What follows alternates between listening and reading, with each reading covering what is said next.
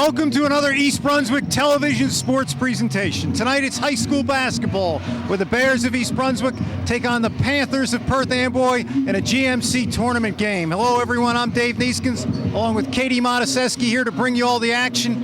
And Katie, with a 19-2 record for the Bears, undefeated in the Red Division, first time since 2001, and ranked in the state, but it's a whole new season tonight. Yeah, the Bears certainly accomplished some lofty goals during the regular season, but the next couple weeks, month, it's lose and you're done, you know, and other teams are hungry. They want to be the team to knock off this #1 seed here, so expect everything to be left on the floor tonight. Now, the first two times the teams met resulted in blowouts for East Brunswick, winning by 40 at Perth Amboy and 50 here in the Bear Den. So, Katie, how does Coach get them to prepare for a game like this when they've had those two easy wins? Yeah, I don't think any coach wants to play a team for the third time, especially in the tournament. But this team has had an all-business mentality to them during the year. I think after beating Perth Amboy the first time by a significant amount, they probably could have walked through that second game, but they didn't. Coach Henning wants them to play hard, have fun, leave it all on the floor. If they're able to do that, it should look good for the Bears tonight. Now, to go far in the tournament, state and county, you have to go to your bench. Who do you look for to provide a spark off the bench for the Bears? Yeah, it's interesting. I think the bench was something that was somewhat of a weakness for the Bears, or considered a weakness at the beginning of the season, but no surprise, Coach Henning's got them, all of them from 1 to through 12, 13, playing great. Adamol Adedokum's been really giving them good minutes in the games I've seen in the post. When Jay Krantz comes out, Carl Taylor's come off the bench and really just played within himself and knows his role and has done a good job. And Ethan Foles and Pat McMullen have been coming in and giving good minutes when they need. So really they've turned it around, and the bench is something I think that's been going well for the Bears. Well, the one thing we know is that the tournament produces unexpected results. We hope we don't get one tonight. We'll be back to bring you all the action. And we are here in a sparsely attended gym here with the Perth Amboy starting five, the 5-18 Panthers of Perth Amboy, hoping to score a monumental upset tonight over the #1 seed East Brunswick Bears. There's Edwin Santana, coach at Perth Amboy, greeting Bo Henning. Gary Baumer starting. Looks like the same starting lineup. Danny Leon, Katie. Yep, no surprises here. Bears are, yep. There's Amir Bell and Rob Ukawuba. It's an exciting time of the year. Seeding meeting, all that stuff comes out. Bears had, I guess you'd call it a double bye, being the 1 seed. You know, they have the prelim and the play-in round, and this is the first time they're playing. Perth Amboy is playing tonight because they beat JFK a couple nights ago. Yeah, beat them by 8, which was a slight upset because they were the higher seed, the lower seed. But they came in and evidently with pressure man were able to disrupt JFK and hold them to 10 points in the second and third quarter. So they're coming in off of a big win for them, and they're hoping the momentum continues. Yeah, and that's interesting. They went to the man because typically you see a 2-3, 3-2 zone from Perth Amboy. I think that's what they played against the Bears the 2 times they've seen him early in the year. Interesting to see if they change their mindset, try a little something different tonight, because that zone, all the Bears did was light it up from 3, it seems, the last time that they played. Well, but I'm afraid if they go man, it could be over early. In the last game, Gary Baumer got loose for 5 threes. He had 18. Rob had 17.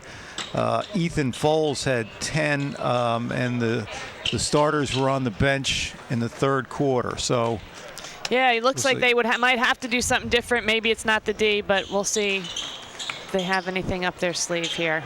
Well, Perth Amboy starts a small unit. They're fairly young, a couple juniors, couple seniors, and a sophomore. But let's see what they have in store. I mean, this is a fun time of year. East Brunswick controls. That's Bell. We've seen a lot of him the last couple of years, and we have a lot more left. He's only a junior. To the basket. No good with the running one-hander. And Perth Amboy controls. Both teams had told me before the game, Katie, they'd like to see an up-tempo. Perth doesn't think they can execute against East Brunswick's man, and East Brunswick always looks to run off their defense.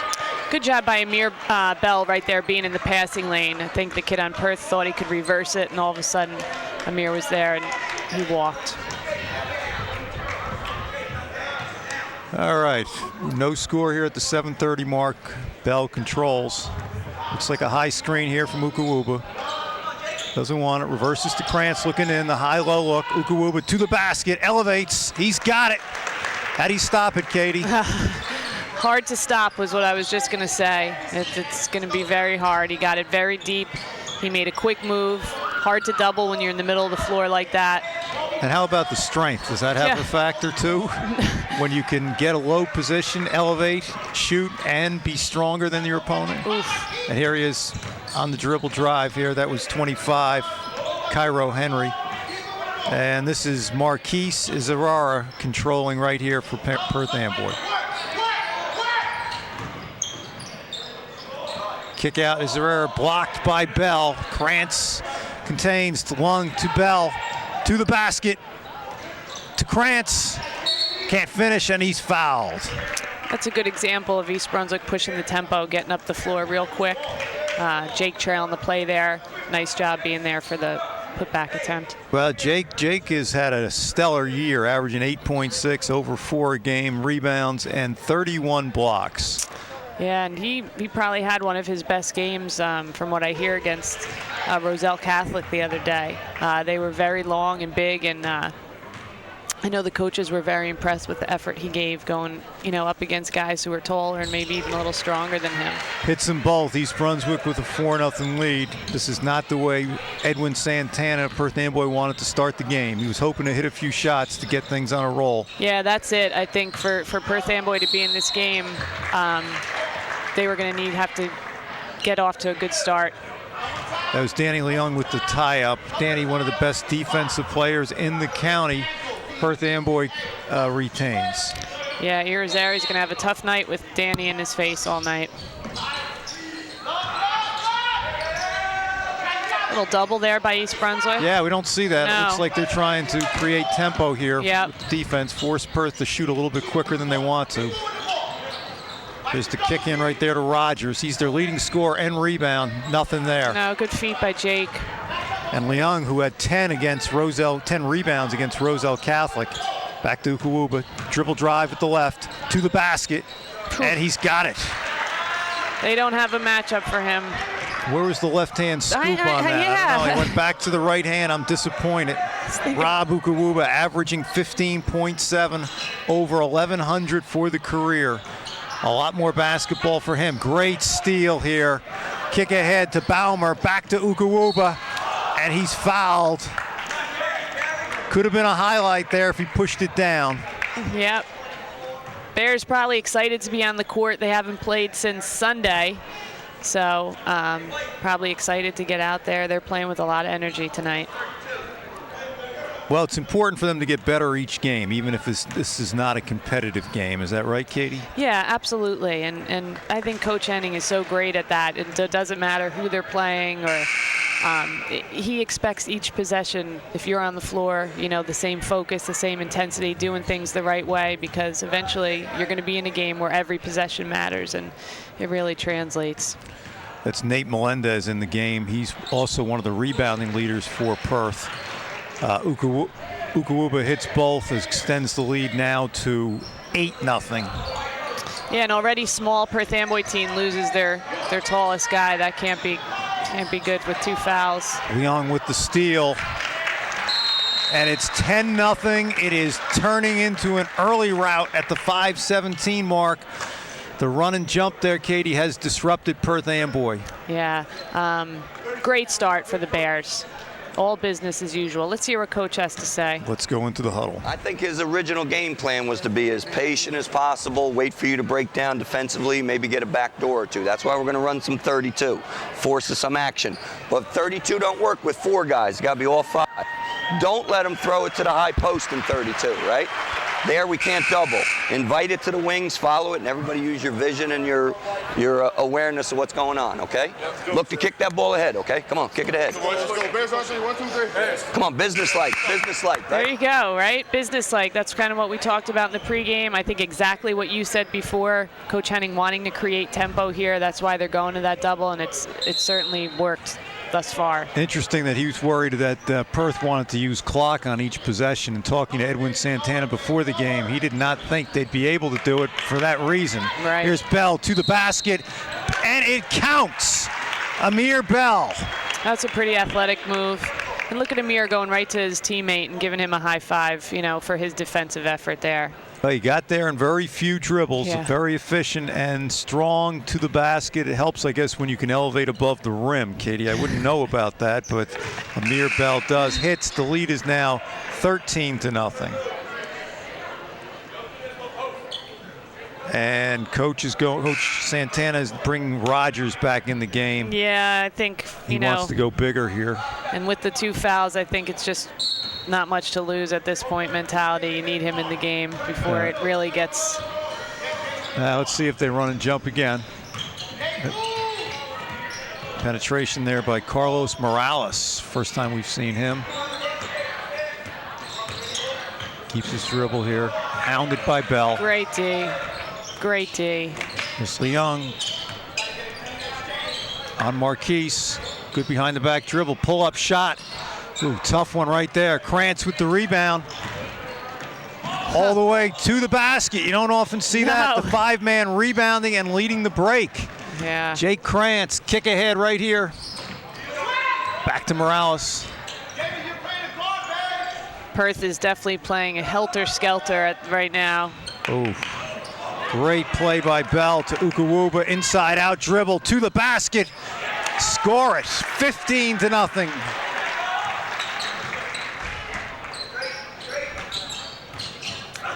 Now, Katie, I hate to look ahead here when we're only at the halfway mark of the first quarter. Leung to the basket, and he's fouled. Another great move by Danny. He'll shoot 2. But, Katie, with a 15-point lead at the 3:58 mark, dare we look ahead and see what the matchup is in the next game for East Brunswick? Who do they play? I think if they win, they play, is it Carteret most likely? I think it's Denellen Sayreville. Is the way I'm sorry. Okay. I think that sounds right. Carteret was a 5 seed, I think, or a 6. Oh, are they that high? That's the next. That would be, okay, that would be semis. Semis, yeah. All right. Yeah, right. These are big ifs here, but yeah, I know Coach Henning, always well prepared, had all his assistants and coaches out the other night trying to see a lot of these teams because a lot of the guys in their side of the bracket, they haven't played during the year. So I think they were all out the other night to try to see what teams they could. Looking ahead, just not taking anybody for granted, but just to be prepared. We saw a great steal again by Ukawuba. Bell missed the 3. And Perth is getting their dribble a little too deep here. And there's a kick ball they will retain. Coach Santana is going back and forth to his bench, just trying to find a combination that will work. They are done if they don't win tonight. Perth has a lot to play for. Yep. Easier said than done, but you know, maybe some backdoors for Perth Amboy with the Bears overplaying so much. Maybe you know, some more screens on the ball to relieve some of the pressure on the ball handlers. But again, very much easier said than done. Oh, look at there. We got a double right here. Yeah, I don't know. Detroit call by East Brunswick where you hedge and double. Yeah, and it's I don't think Rogers should be coming near the guard there to, you know, to invite that double, but maybe he was trying to relieve some pressure, help him out. 17-0 at the 3:12 mark. Nothing much has worked for Perth Amboy. Here's East Brunswick. Let's see if they can get a set and a good shot here. Baumer has not shot yet, which is uncharacteristic this far in the game for Gary. Gary's got 58 threes for the year, 2.8 a game, averaging 12. And just when we give him a little airtime, he gets his shot blocked.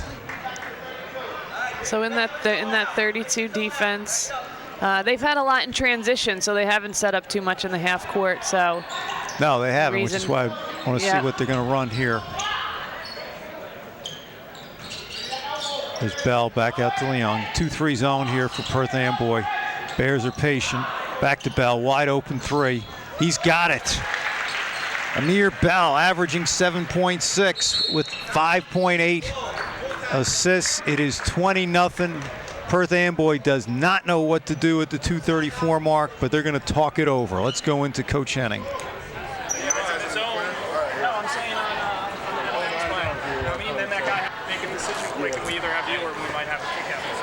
All right, something in two guard, right? Garrett, what you don't want to do is just stay in one spot where they're just going to glance at you and he's going to get there real quick. So even if you're going to stay the same side, dart in here a little bit and then back out, okay? Or dart in here, read, and go across. Jake's pretty open in there, right, Jake? Behind the zone, and he should be able to offensive rebound the hell out of it. If we can get the ball against the 1-2-2 in this area to Rob, that's going to be awful hard for them to stop, okay? All right, let's go. 32 this time. 32. Bears on three. 1, 2, 3. Bears. 32 defense. I like what he said to Gary there. Again, probably not so much for this game, but, you know, down the road, if they do see his own, you know, he's obviously a great shooter for them, not just staying in one spot, moving around, making himself harder to guard in that zone. And obviously trying to see Rob in the high post there will be good for the Bears. Oh, there's the double again.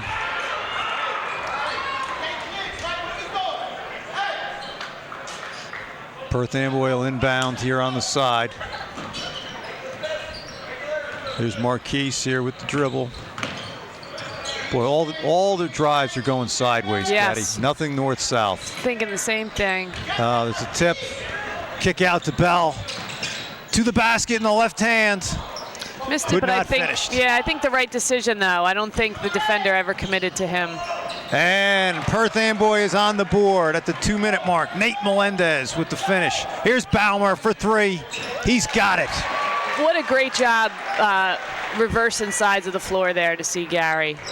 And it doesn't take much to catch in the spot up and the finish. That's why teams, Katie, are finally figuring out you can't help off of Gary Baumer. I know. And he can drain it off the dribble. He can drain it spotting up on the break. What a tough matchup he is. Yeah. Especially when you have Bell and Rob creating two defenders toward him. That's it. Bears have a lot of pieces. Oh, nice move, nice move. Yeah, I think Perth Amboy needs to do that a little bit more. Melendez with the finish. And we have a minute to go. There's Ukuwuba. Might be looking a little bit too easy for these guys. There's Baumer again. He's passed up 3 shots. Yeah, so unselfish, this team. I think that's another thing that makes them what they are this year. And I think we've talked about it a little bit, but just the team chemistry is really, really good on this team. Well, there's that high-low look. I mean, when it goes into Krantz, Ukuwuba is just too strong. He gets a seal and he has an angle, and the entry pass is good. And boy, I don't know what you do from there unless you double. Right. Looks like Coach Henning's going to go with 5 bench players here coming in. And we have Pat McMullen, Carl Taylor, Demola, Adedokum, and Ethan Foles. Yep, and then we have someone coming in for the shooter. I can't. Oh, it's Alex Johnson. Yep. Now, I assume this is a breather at the end of the quarter. Yep. I don't think Coach wants to ice it right now. 25-4 in the first quarter. He wants these guys to get a little bit more work. Coach used the expression businesslike, and you did too, Katie, at the outset. It has been all businesslike so far in the first quarter. Yeah, again, ultra impressive by the Bears, you know, to have played a team twice, beaten them convincingly, and to come out like this tonight. Not that it wasn't expected, but it's just nice to see. Not going through the motions at all. And the character on the bench has been an unsung part of this year's team, and we're going to see it right here in the final minute. And there was a foul on Carl Taylor. These guys have come hard to play at practice every day, made the starters a better player because of that competition. And when they've had to fill in big games, they have done so well. The St. Joe's game comes to mind with Taylor coming in and hitting a couple jump shots at key spots. Yeah, I agree. We said it, at the beginning, but something that was probably considered a weakness of the Bears is really not so at this point. And again, it's a credit to each one of them playing hard every day. It's a credit to their coaching, and you feel you can go to these guys now. They've gotten some valuable minutes in games during the year, so that's great for the Bears. That was Cairo Henry who hit 2 jump shots. There's McMullen wisely passing on it. They're going to play for 1 here with 12 seconds to go. The screen and roll here. Here's Taylor. Kick out right here to McMullen. Short on the 3. Johnson's got it. They better get it off. McMullen again. Got it. Patrick McMullen scores, and the Bears extend the lead to 28-6. Right here, and Katie, we are on our way to a rout here in East Brunswick. Yeah, and as we were just saying, the subs come in and there's no letdown. No let up at all. Yeah, right? Exactly. Great rebound by Johnson, having this presence of mind, knowing time and score, kicking it out, and Pat being ready to shoot. Let's go into the huddle to Coach Henning. Demo 25, you think, and Alex 21? Or the other way. Yeah, I like that just because he's a little bit bigger. Okay, 25. They may sub, so just pay attention to that, okay? All right, Dur's coming out here? Okay, let's just go straight fist this time, but be heads up for a different call, okay? All right, come on, let's go. Keep it up, boys. We're still Detroit in the handoffs, yes. Let's go. Bears on 3. 1, 2, 3. Okay, and while we come out here to the second quarter, Coach is still talking about Detroiting the handoffs, which, Katie, is what? It's when they double the guy with the ball there.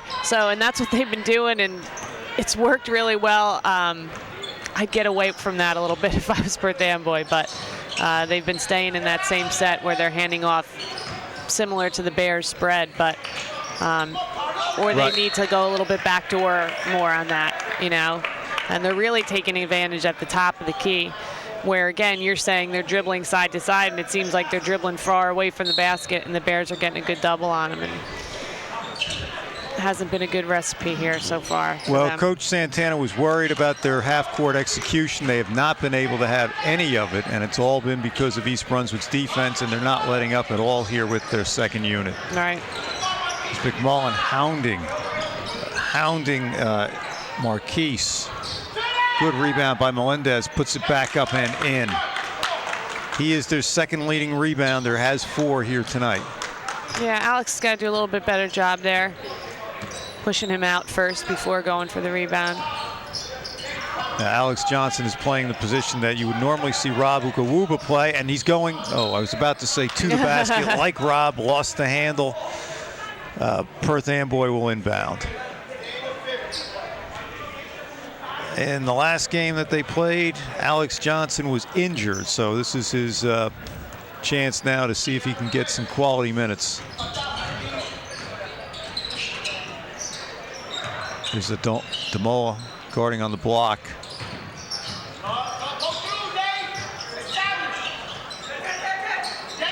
Nope, entry pass not there. Good defense by Johnson. Terrific D by all 5 there. They had no outlet whatsoever. And Coach is back in with the starters. 6:45 mark, 28-8 East Brunswick.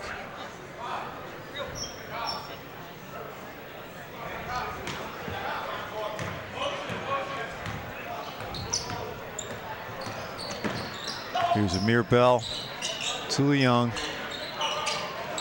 Oh, that's what nice. a great. Oh, he's got to convert that. Yeah. I'm sure Jake is a little upset with himself there. One of the things Coach Henning had said about Jake was not only is he playing well, rebounding, but he's converting at a much better pace.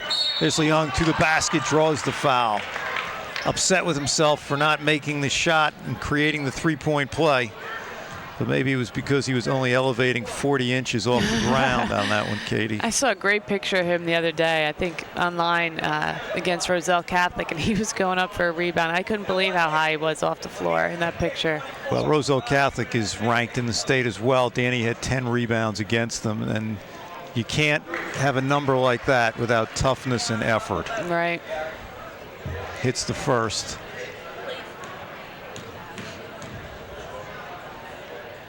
And the second. And Alejandro Herrera in the game for the first time. So Perth Amboy is now going small. I think they're just looking for anything, any combination they can find. Yeah. Here's Herrera to the basket. Back to Rogers. Nothing there. Here's Marquise for three. No good. Rebound, Bell.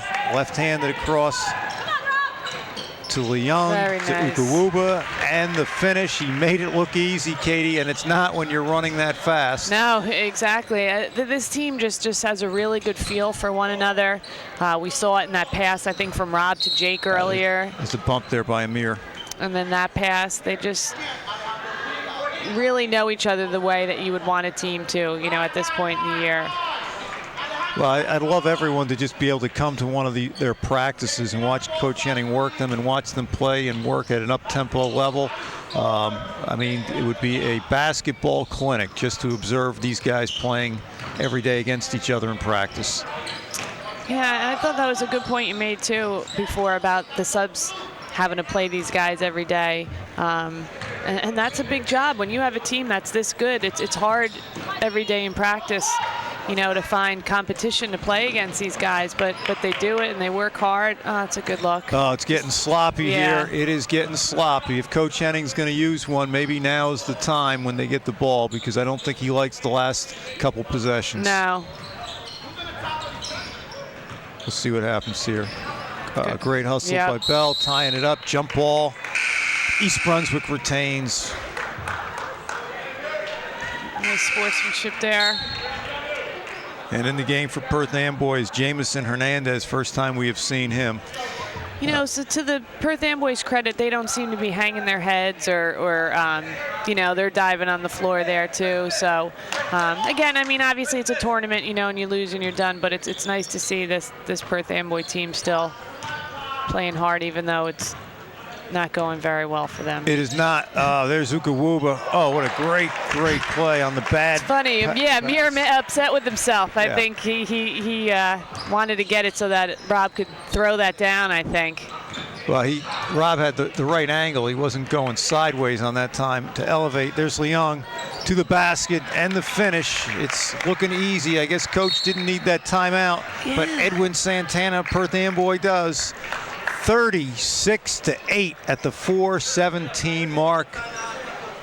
I don't know what Coach Henning says here, but he's going to know more than I, and so let's go into the huddle.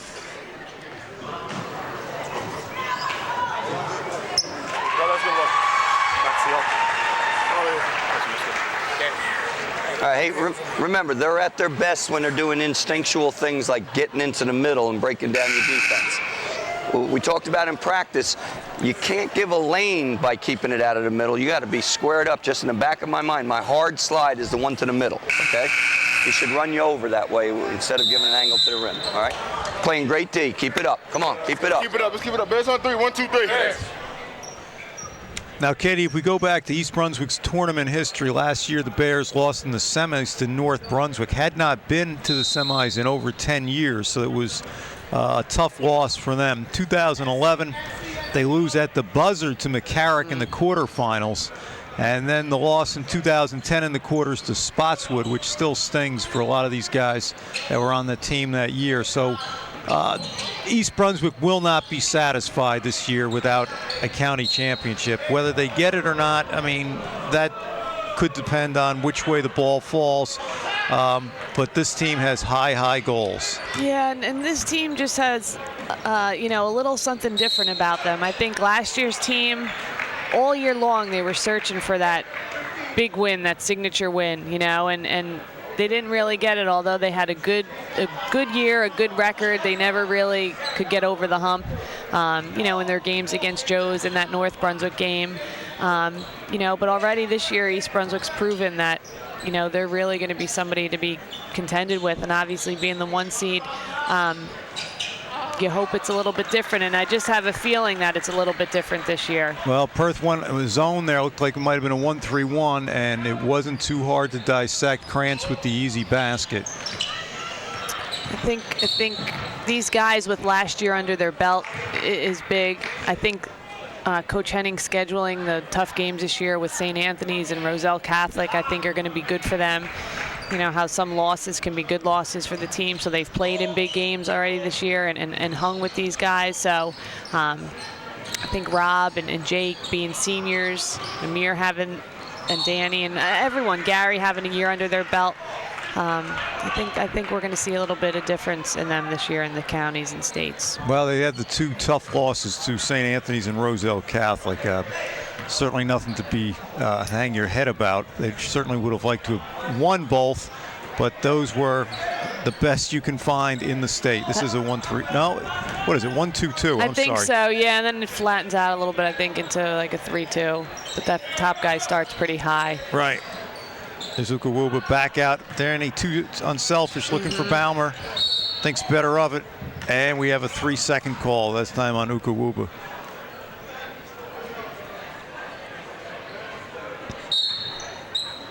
So a different look by Perth Amboy. They get the turnover. They can use whatever they can here. They need a couple of quick scores to just get some life into this team. That's Herrera. Baumer to Leung, and it's off East Brunswick. Perth Amboy ball. I wish we were charting. No, it's a white ball. Okay. Yeah, the ref, I think, would, yeah, exactly. Now we're going with 3 refs here, Katie, in a tournament game. What do you think of that? Baumer from an NBA range, getting some life in the crowd. Gary Baumer from downtown. I was never a fan of the 3 refs for a couple reasons. One is that they don't play all season with 3 refs, as we see Perth Amboy scores there. So I think for them, not to take anything away from them, but I think it's a little bit different than what they're used to doing. And also being a team, when I coached at least, and I think the Bears are like this a little bit, being a team that wants to pressure and play man-to-man, I think sometimes you get more foul calls, because I think sometimes the guys feel like that they need to make a call if they haven't in a while. So I never liked it. I mean, if they're gonna see something maybe that they wouldn't have, and then maybe it's okay. But I'd stick to 2, because that's how you've played the whole year. What are your thoughts? That is my thought exactly, yeah. And everyone I talk to says the same thing. It tends to disrupt the rhythm of the game, because these guys the refs are highly qualified and great officials at this time of the year, but they're just not used to being working with 2 different partners. Right. And so, if you play one way all year, I don't see how that gives you an advantage to call a better game when you're playing it now in a new situation. Here's Leung to the basket to Ukawuba. Wants it, not there for 3. And Perth Amboy with a rare fast break. Bell picks up to the basket. Carlos Morales cannot get it going tonight. Thought he had something, but then pulled the foot down and traveled. Yeah, lucky for the Bears, they didn't do the best job getting back there in transition. Well, they're kind of in that position here, Katie, where they're getting. There's Baumer again. Makes it look easy. His 3rd, so he's over his average in 3s tonight. 9 points. Gary Baumer averaging 12 for the year. And here's that double again. Good tough rip through by him. Stole right there. And Baumer looks like he is now in double digits with 11. Probably a move that Hernandez down at the other end makes pretty calmly, but the Bears get you playing at a pace that you're not used to, and they've got him rattled. And I think he went a little bit quicker than he probably needed to. 47-10, 30 seconds to go. Perth Amboy won't hold for one. They're looking just to find a shot any way they can. Oh. Great defense by Bell. Kick out to Baumer. Passed it up. I was about to say earlier, Katie, that here's Baumer again for three. A rare miss. I was about to say that they're at that point now where any time they want, they can get a shot. Right. And so it almost makes it too easy, and then you're not really playing at the level you want because you're taking things for granted. Yeah, I think that's well said. All right, well, it's halftime. We'll probably be back in a few minutes for the senior night for the winter track team. We will, and we want to bring that to you right as the cheerleaders take the court, and we'll take a quick break.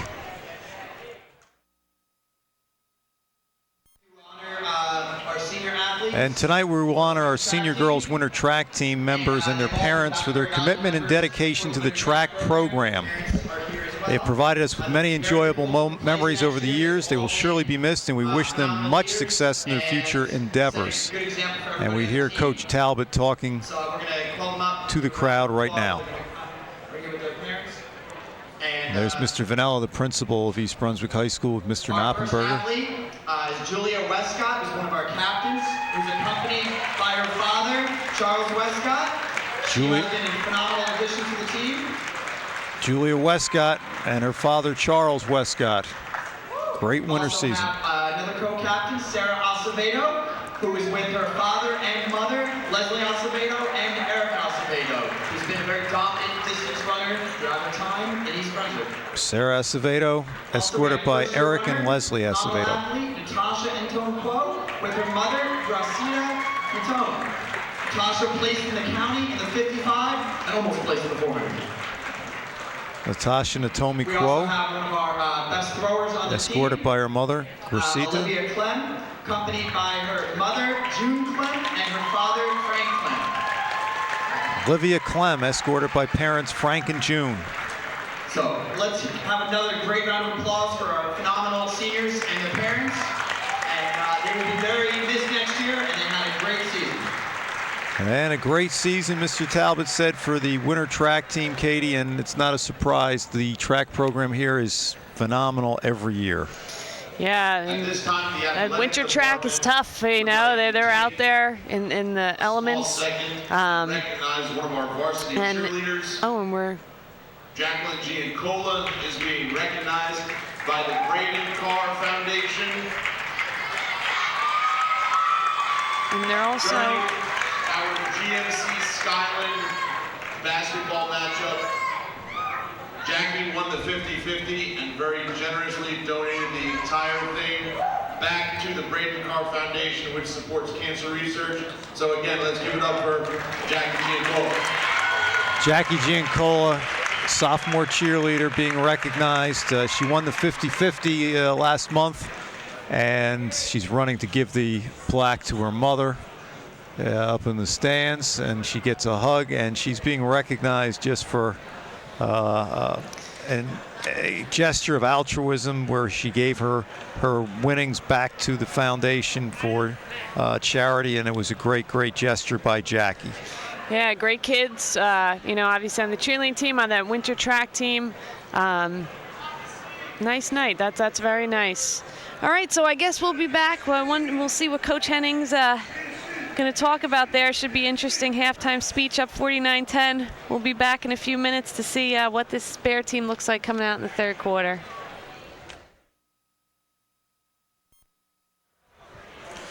All right, we're here for the second half. Perth Amboy might have gone through a few markers in the halftime locker room talk, Katie, trying to figure something out. This East Brunswick defensive riddle, which has held them to 10 points. Yeah, in the first half. We saw one of the East Brunswick coaches at halftime, and he was saying it was one of their best halves of the year. So to say that, you know, on a 19-2 team is saying something. So. Now, you're speaking of East Brunswick coaches. On Valentine's Day, Katie, do you have a favorite East Brunswick coach? I think many of our Valentine's days have been spent at the gym, so this is nothing new. This is a romantic setting for you and husband Mark. As romantic as it's going to get, I think, as long as he's still coaching. So, yeah. It's not even worth going out to dinner afterwards. So. No, not when you get out of here at 9:30. And maybe a night like tonight, it's easy to go out to dinner, but I'm sure there have been a lot of nights where it wasn't quite the thing you felt like doing. That's right. But it's easier being behind the mic, is it not, than on the bench? No doubt, you know. Ukawuba with the great block right there. Yeah. And I got to get the name here by David Rogers. So that's a highlight for Rogers. Yep. He's blocking Rob. Now, Rob is was just selected to play in the prestigious North-South All-Star game. I didn't know that. That's terrific. That really is an honor. And that Bell for 3. And well-deserved by Rob. Very well-deserved. I can't remember when we had a player in that game recently, but... no, I was going to ask you that. That'd be a good trivia question. Yep. And there's Ukawuba right there for the rebound. Now, I would imagine Coach will go. There's a rare turnover by Danny Leung. Took his eyes off it as Perth Amboy closed out on him. I imagine Coach is going to go probably to about the 2-minute mark. Would you say that, Katie, with the starters? Yeah, and then we probably won't see them again. You know, obviously, Coach, a steal by Jake. Krantz to the basket, blocked, and the foul by Rogers. Krantz using the right hand on that one, naturally a lefty. Yeah, obviously Coach wants these guys to get work, but, you know, there comes a point, obviously, you know, you take sportsmanship into consideration, and also you don't want anybody to get hurt on your team. Right, so, you know, you don't want to be, you know, being the person with your guys in with a couple minutes left in the fourth quarter for no reason and say, why were we doing that? So. And while we have a second, why don't we go to our first trivia question. Krantz hits the first. It's a good one. I'm excited. We'll see how good Coach Motusesky is with her history. In the late 1960s at an East Brunswick South River game, 3 future professional athletes were on the court at the same time. Katie, who were they? Wow. Okay. Now, you don't have to tell us that this predates you.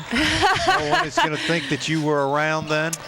Well, I think on the East Brunswick side, did Dave Wall play in the maybe he was later. Was he in the 70s? I don't know. That name came to mind. 60s, 70s, they're all the same. Yeah, Dave Wall is one. Okay. Had a great career at University of Pennsylvania, and then in the NBA with a number of teams, the Milwaukee Bucks, originally, where he played with then Lou Alcindor, soon to be Kareem Abdul-Jabbar.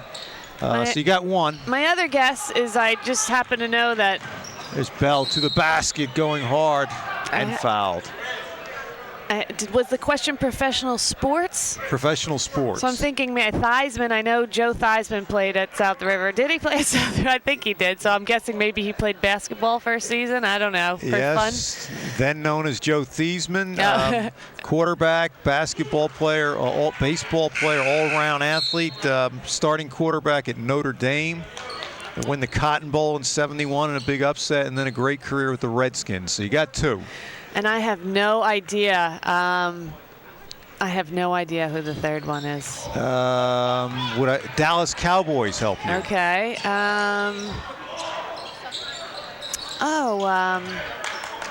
Played his college ball, I think, at SMU. There's Ukawuba for 3. Short. I'll probably be mad when you say it, but go ahead. Well, let's call it up on the screen. There it is. Yes, I knew that. Drew Pearson. And wait a minute, we might be in for a dunk here, ladies and gentlemen. Robert Ukawuba with the 2-hand exclamation mark. Always fun to see that. Took all the thrill out of that trivia question right there. Nice spot up 3 there for number 13, Chris Murillo. 3 NBA players. We have not seen that since. Very, very rare, obviously, that you would see that any place. But those were a great time for basketball in Middlesex County. There's the kick out to Balmer Open for three. He's got it. It doesn't take much. That He stroke squares looks up good. Yeah. so quick. That's exactly what I was thinking. Oof. I know. I was talking to Coach Santana, and he said Baumer got 5 threes on us in the last game. We're not going to let him get 5. Well, he's got 4 now. And, Coach, you're running out of time. So let's see if they can close out on him for the remainder of the game. Yep. We have Damola, Adedokum, and Carl Taylor in here for Leung and Krantz. 4:32 mark. They might be done. I tend to think not. Maybe they'll come in another 30 seconds or a minute just to play a couple more. I mean, you mentioned that the Bears haven't played since Sunday. Right. So the last thing Coach wants is these guys to lose any of their edge. Right. They're going to have a big game on next Sunday against either Dunellen or Sayreville, and that'll be played at Middlesex County College.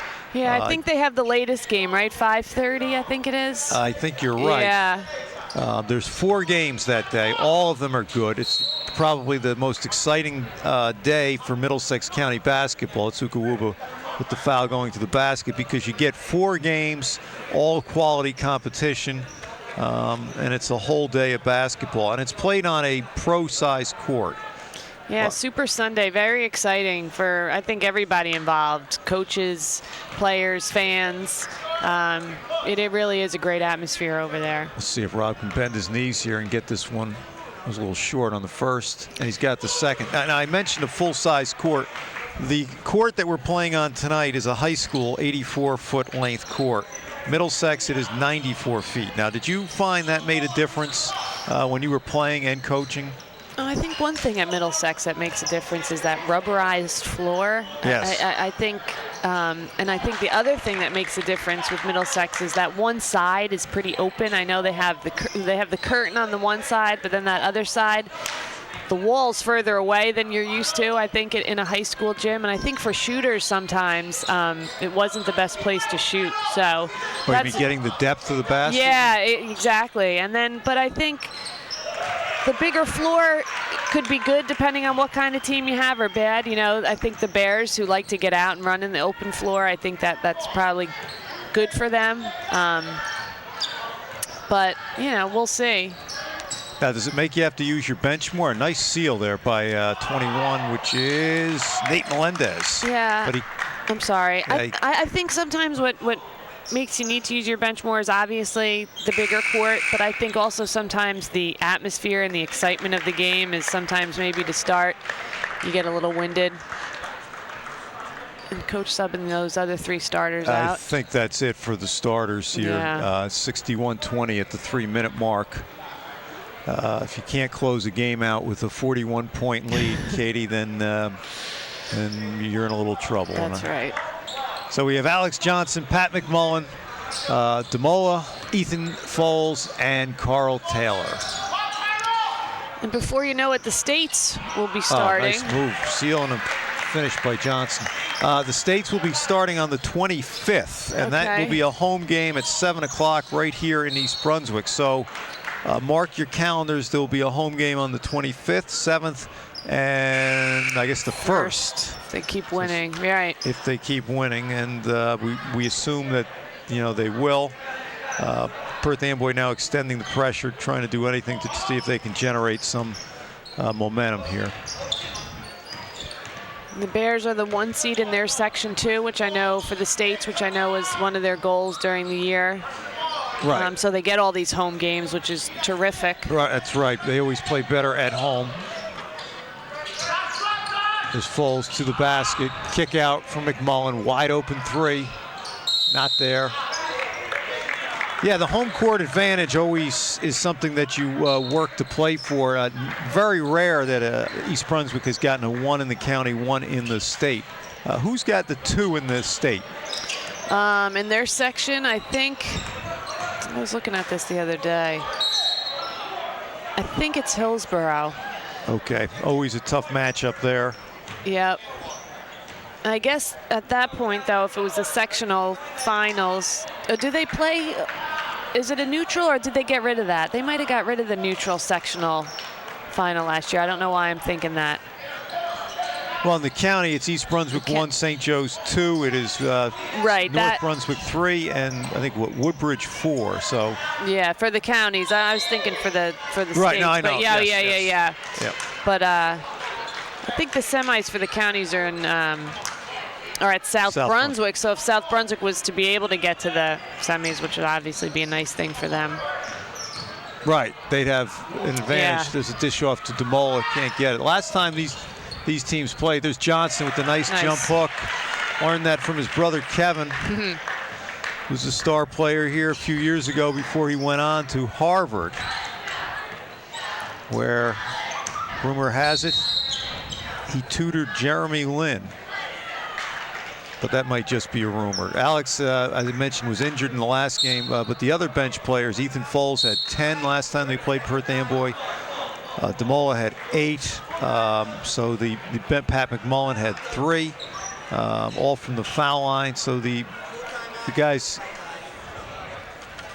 contributed at the end of that game, and we have a timeout here, and we'll go into the huddle with Coach Henning. You guys know that as a group you've been playing so much better. So carry it over to here. You deserve to play really well the way you've been practicing. Now, on the post, they're really trying to post us up a lot, right? Help with good ball pressure, but let's stop settling behind, okay? Work really hard. If they seal you, that's just the first part of the battle, okay? Just like that last one, if they seal you. But you want to get out on the top and try and deny as best you can. Don't give him a path to the basket. Now, if he works really hard and he gets it in there, right, we're leaving you alone in there. Just be ready to move your feet and stay disciplined, stay on the floor. We're still running this quarter, right? Maybe next quarter we'll change it, but right now we're still running, okay? Come on. All right, come on.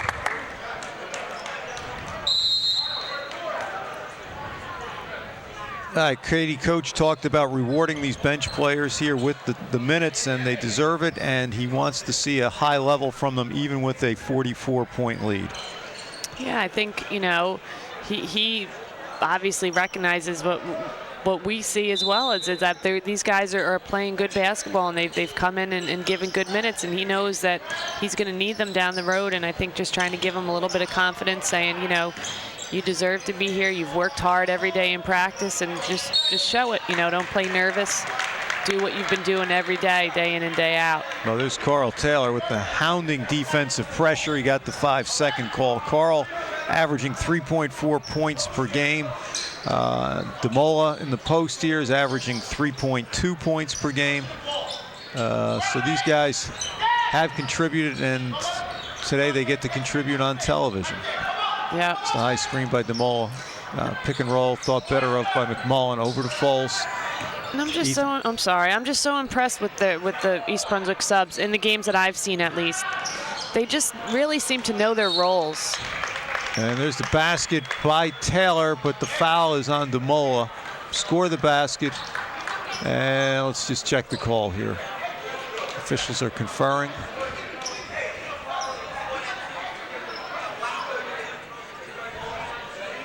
Coach Santana doing a lot of coaching still of these guys each play. I think you mentioned they were young. You know, he's taken this opportunity tonight. You know, it's a learning experience, obviously. And a lot of your weaknesses show up, obviously, against a team like East Brunswick. Oh, great steal. There's Taylor to the basket. Can't finish. All set up by Johnson, though, with the getting the passing lane, getting the deflection, the steal, pushing the ball, and making the right pass. East Brunswick to inbound. There's Foles. Back to McMullen. Wide open 3. Not there.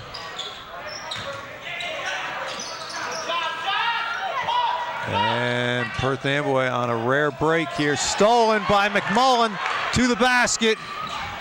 Great lefty layup, Pat McMullen. It's been one step ahead for East Brunswick each quarter here. 5 seconds to go. There's the double on Herrera, and they don't get it off. They don't get it off after 3. East Brunswick 69, Perth Amboy 21. And Katie, we have a treat here for the fans. We will go not to the huddle, but to our East Brunswick cheerleaders.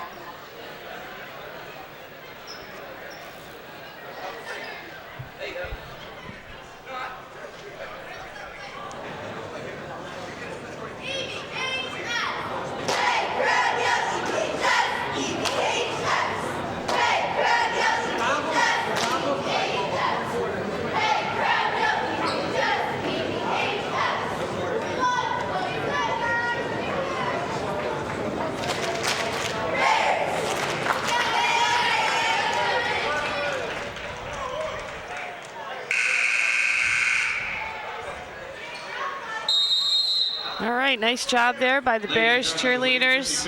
Always entertaining. Well, they put in a lot of work. They're at the games cheering for the guys all the time, and I think they were nationally recognized this year. So hats off to, I'm going to say her maiden name here, Stephanie Allen, the cheerleading coach, and her cast of cheerleading stars. Yep. Now, Coach Henning during the one timeout mentioned maybe not running this quarter, so we'll see if the Bears get a steal, if they indeed slow it up and choose not to go out on the break again as a sportsmanship type thing, to not run up the score anymore on Perth Amboy. And as we see here, Nice. Pat and Carl and crew, yeah, nice numbers call there. And there's McMullen.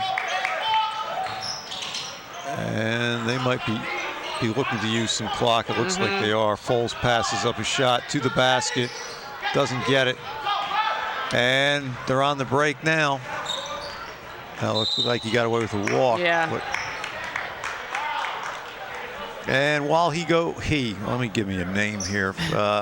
11, that's Carlos Morales. While he's at the line, we have another trivia question for our fans. And let's take a look at what that is, Katie. We've got a question on the screen now which says, which members of the EB basketball team have played another varsity sport? Now, it might not be this year, could have been another year, but they participated in a varsity sport here in East Brunswick. All right, that's another good one. On this team, I know, I'm pretty sure Jake Krantz is a member of the boys lacrosse team, varsity lacrosse team as well. Correct. You have one. Okay. There are two more. Okay. Let me see here. Danny Lee Young is a member of the boys volleyball team, I'm pretty sure. Correct again. You have two. Let's see. Third one's always the tough one. Yeah. Oh, man. All right, is he on the court now or is he on the bench? He is on the court right now. Okay.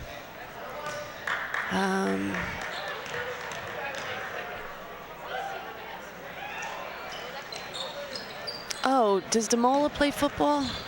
He does. All right. Demola Adedokum played, not this year, he didn't play, but he did play football for East Brunswick.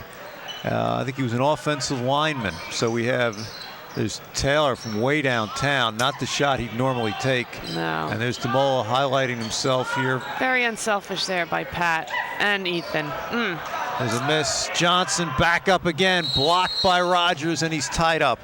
We have three players. Now, Danny plays, Leung plays volleyball, which is a real complementary sport with basketball, and you can see it in Danny's overall game with his jumping and quickness and toughness, so that's no surprise. Jake, a rugged inside player, so lacrosse has really helped him in both sports, basketball and lacrosse. And then Demola, who, came out of nowhere this year, was not a contributor last year for the varsity, but this year has provided a great spark off the bench because East Brunswick is not terribly deep inside, and he had some big games for them. The St. Joe's game stands out, 6 points off the bench to the basket, and it's getting ugly here.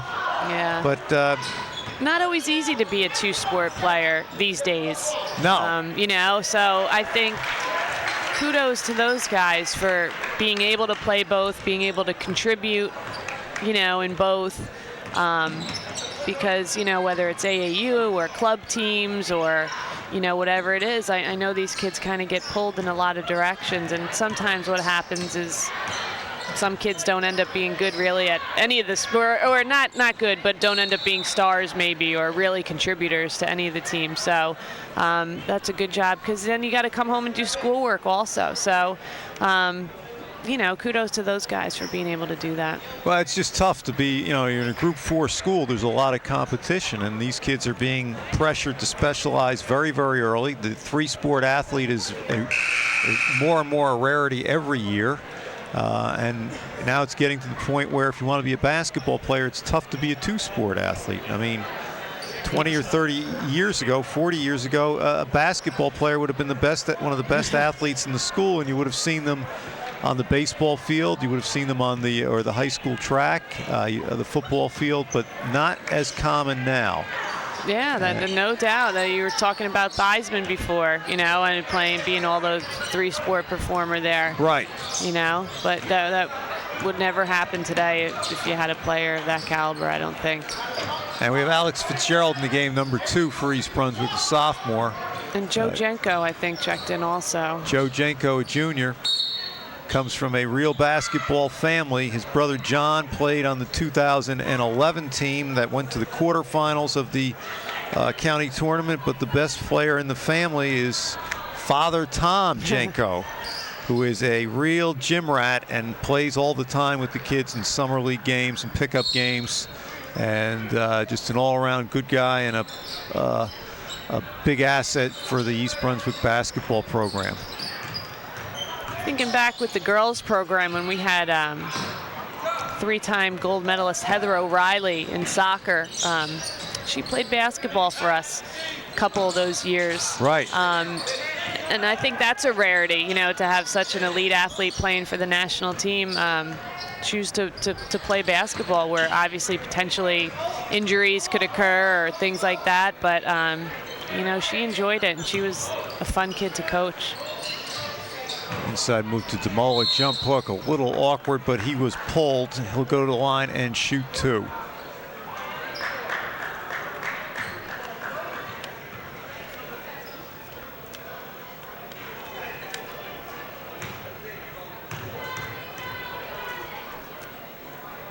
Demola first, not there.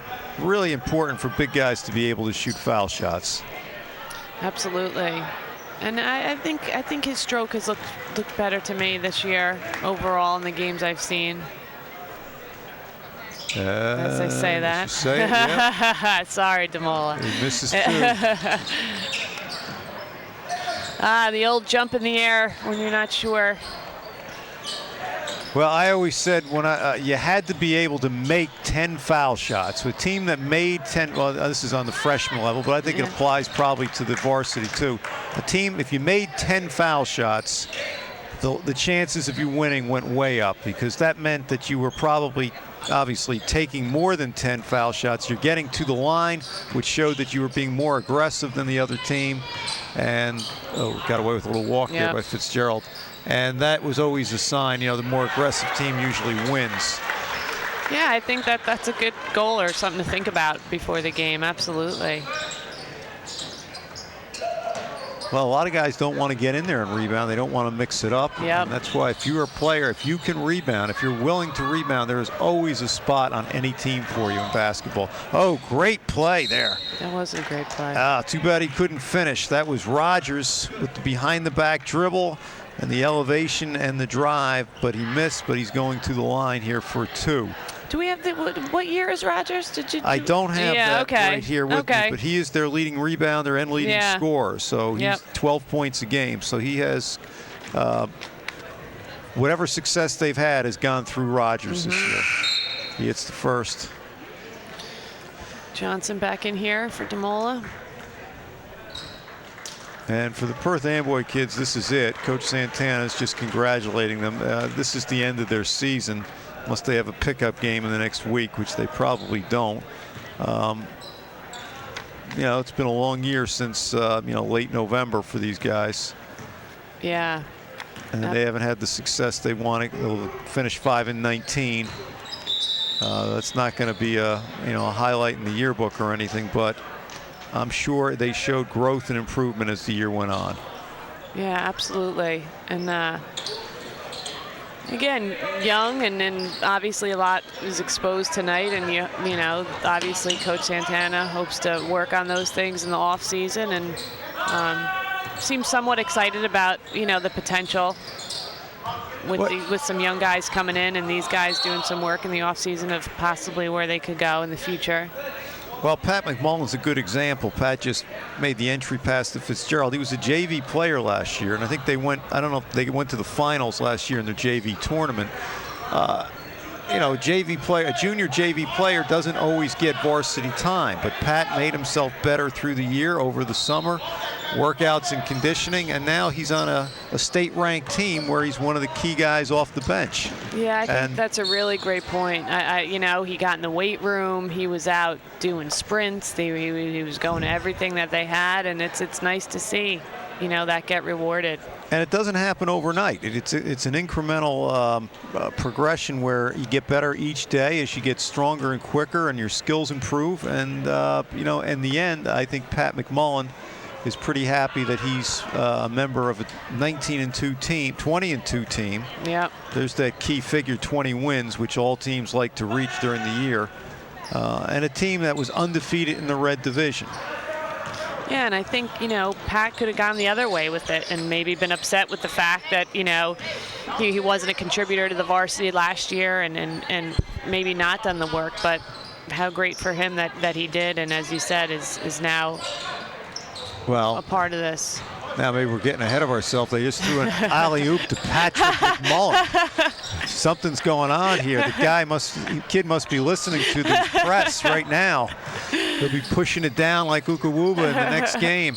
Here's Foles to the basket, kick out. Oh, shuffled the feet. We thought he did it before. They got him this time. That's Alex Fitzgerald.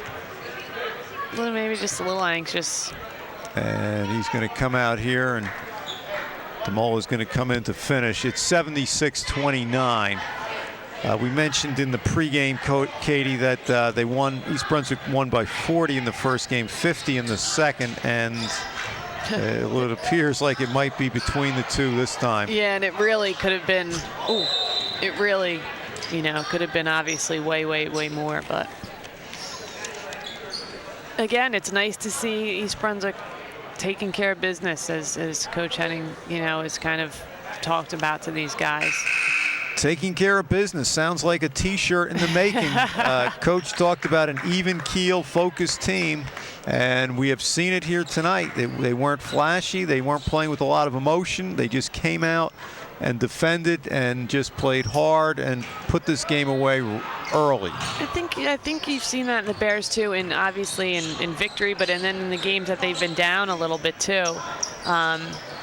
They were down in the. Go ahead, you got. Yep, big three there. Let's give Jamison Hernandez a little bit of airtime for a shot like that. Go ahead, Katie. I know East Brunswick was down against St. Joe's the first time they played them. I think by double digits. I think they were down against them the second time they played them here. Even down by a little bit, I think, when I did the Piscataway game. But again, like you said, they're even keeled. They kind of played with the same emotion, whether they're winning or losing, and I think that's very important. And we're going to see Ethan Foles at the line.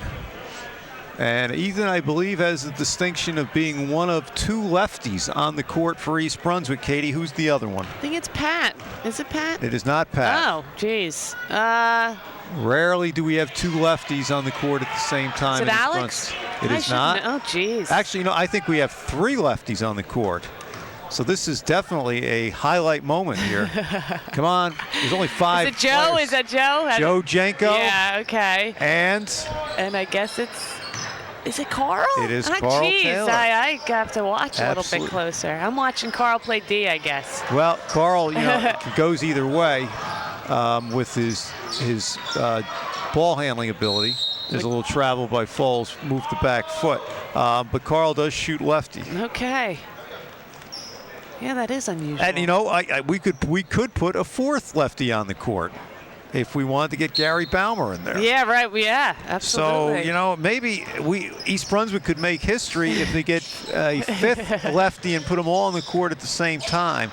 I always said lefties had an advantage. I mean, I really think a little bit, because I think defensively you're used to positioning yourself a certain way. Nice pull up, but throws a brick up. Sorry, Alex, but we got to say it.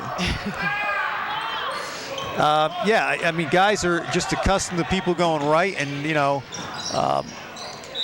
lefties are able to use that side of the floor that people don't often expect the dribble to go to. As a player, I was right-handed, but I really preferred to go to my left, and I felt like it was an advantage, you know, for me that people weren't used to playing that way. Well, I don't want to date myself, but there was a player for the University of Maryland, John Lucas, who I think, and he was a big-time player. I think he was the #1 draft pick in the early 70s. I don't think he used his right hand at all at Maryland. Yeah. He was just quick as a cat, and goes on for a long career. Had some problems in the NBA, but as a college player under Lefty Driesell, they were just a great team. Took UCLA to the brink in, I think it was 73 with Len Elmore, but again, I wasn't alive then. I'm just remembering what I was reading. There's Joe Janko too. Get in there. Joseph Janko. That got the crowd a little roused from the crowd. Joe's not often in the box score, but he is tonight. And there's a block by Taylor.